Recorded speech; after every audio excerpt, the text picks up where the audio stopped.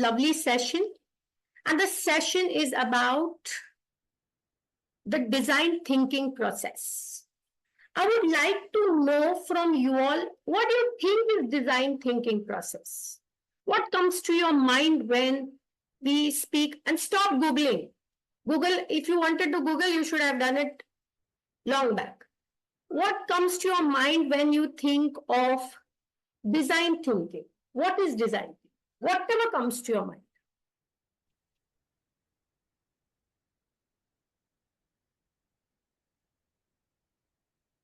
It can be everybody's perspective is important.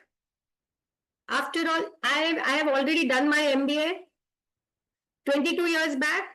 I've done my PhD 15 years back. I am done with my life. And today I am a dean. Here henceforth, I don't want to grow into my career. I'm happy where I am. So now it's you who has to take initiative. So what do you think is design thinking? Do not Google. Google is not going to help you get the degrees. Your thinking process. Understand why, as a dean, I promote students to think is your biggest competition is AI. AI is going to think 10 steps forwards than a human brain. So we are preparing you to think more than what AI can really do. So stop Googling. Think. Use your brains. We as animals are more intelligent. What comes to your mind when design thinking is put? I will not take Google answers. If I hear Google answers, I can question you in such a manner that will be difficult for you to answer without Google them. 22 years, this is my 23rd year of experience in education industry. In that 14 in corporate. Yes, Carlos sir, what's your take on design thinking? It's a technique for solve problems. Excellently put up, technique to solve problems. Bharat sir, what comes to your mind?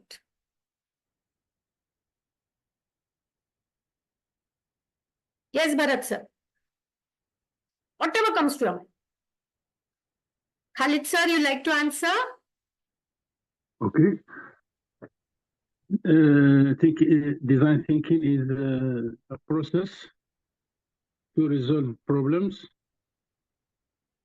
with innovation. Excellently.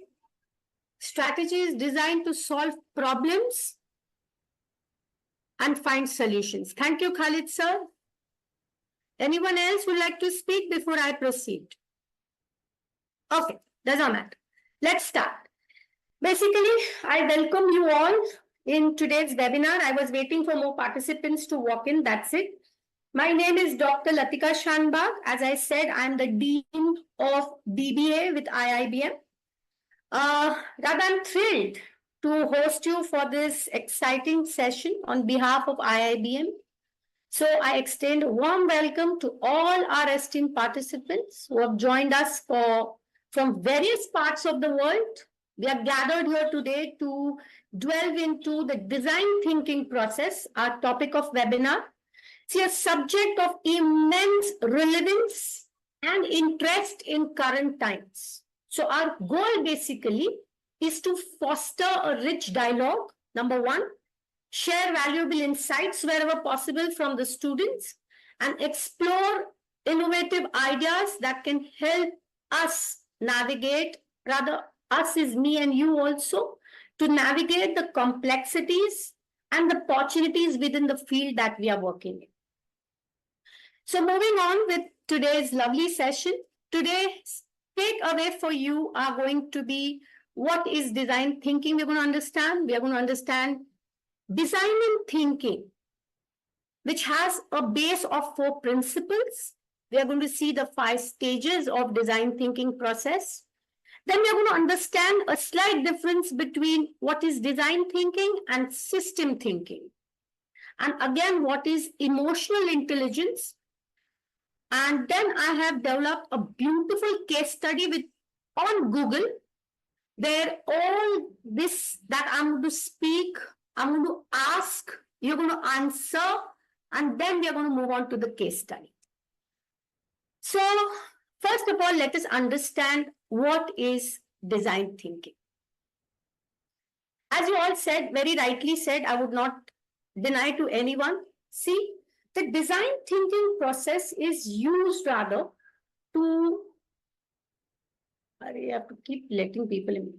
Well, it is basically a process where a user is focused on having a process that offers benefits in many business settings and situations.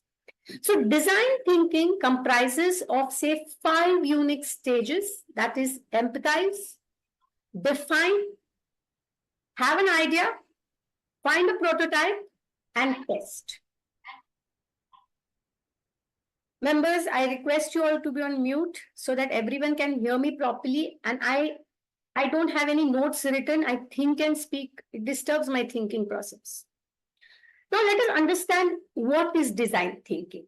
See, design thinking is basically a solution-based way of solving the problems that focuses primarily on the user. I repeat, design thinking is what? It focuses on the user. So this type of thinking strives to understand users, their challenge, previously held assumptions, and then come up with innovative ways to address the challenges. So this approach can be used in both practically and creative problem solving. And it is viable solution-based way rather to handle issues in nearly any industry or business.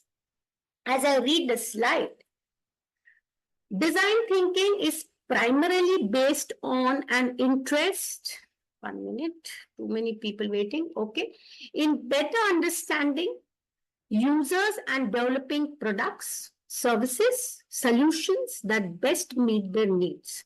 So this approach to problem is especially helpful when the issue is ill-defined, unknown, or has never been addressed before, because it helps to reframe the problem in a human-centric way.